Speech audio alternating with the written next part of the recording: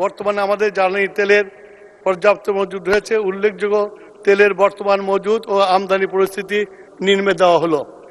Diesel মজুদ 1,64,644 metric ton. Iran কর্তৃক strait of Hormuz এর জাহাজ চলাচলের বিধিনিষেধ আরোপ করায় বৈশ্বিক জ্বালানি সরবরাহ ব্যবস্থা বিঘ্নিত হয়েছে। ফলে আন্তর্জাতিক বাজারে জ্বালানি তেলের মূল্য, প্রিমিয়াম ও ফ্রেট রেটের অস্বাভাবিক অস্থিরতা দেখা দিয়েছে।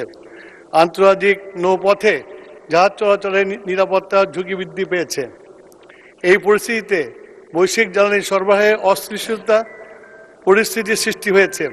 এত সত্ত্বেও সরকার সম্ভাব্য সকল উৎস অন্বেষণ করে দেশে সব ধরনের তেলের স্বাভাবিক সরবরাহ অব্যাহত রেখেছে।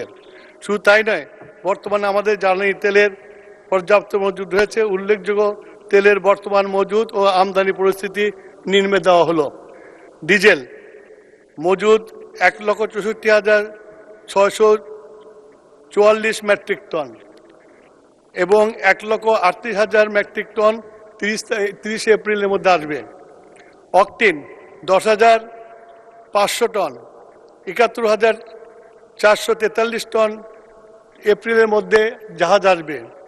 পেট্রোল 16,000 টন, 36,000 টন আপনার এপ্রিলের মধ্যে আসবে। মধ্যবর্তী সংকটের ফলে বিশ্বের অন্যান্য অঞ্চলের মতো দক্ষিণ এশিয়ার প্রায় সব দেশেই জ্বালানি তেলের সংকট মোকাবেলা করতে হিমশিম খাচ্ছে।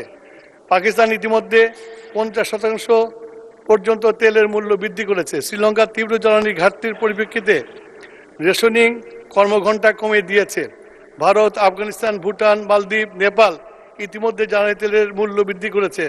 অর্থাৎ একমাত্র বাংলাদেশই জ্বালানি তেলের মূল্য অপ্রবৃত্ত রেখেছে।